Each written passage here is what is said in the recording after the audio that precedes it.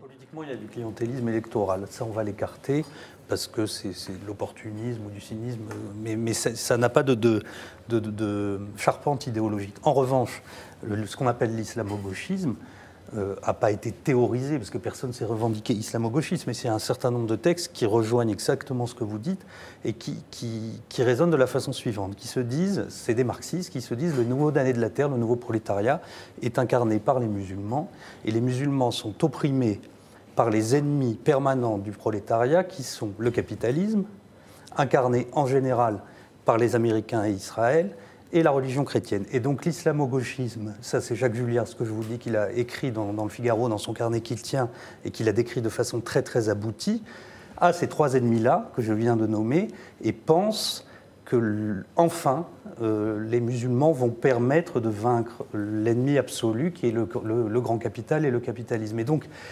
il y a des penseurs, je pense à Edoui Plenel, ou des journalistes, ou même Emmanuel Todd, qui dans son livre Qui est Charlie avait développé cette idée, l'idée de ce nouveau prolétariat, qui est un prolétariat de circonstance. C'est-à-dire que je ne pense même pas que c'est par bienveillance vis-à-vis des musulmans, mais c'est comme une arme que l'on utiliserait, puisque les armes précédentes n'ont pas été suffisamment efficaces. Ça a fait quand même exploser une partie de la gauche avec Manuel Valls d'un côté, qui c'est quand même... Elle avait explosé avant. Hein. Oui, mais ça a été une des lignes de fracture sur le quinquennat. Oui, parce que ça, si vous voulez, on l'a bien vu sous le quinquennat de François Hollande, il y avait l'idée que forcément le musulman ou l'immigré musulman est une victime et ne peut pas être un agresseur, et qu'il est toujours la victime d'une société qui est une société patriarcale, à teinte chrétienne, pro-américaine, capitaliste.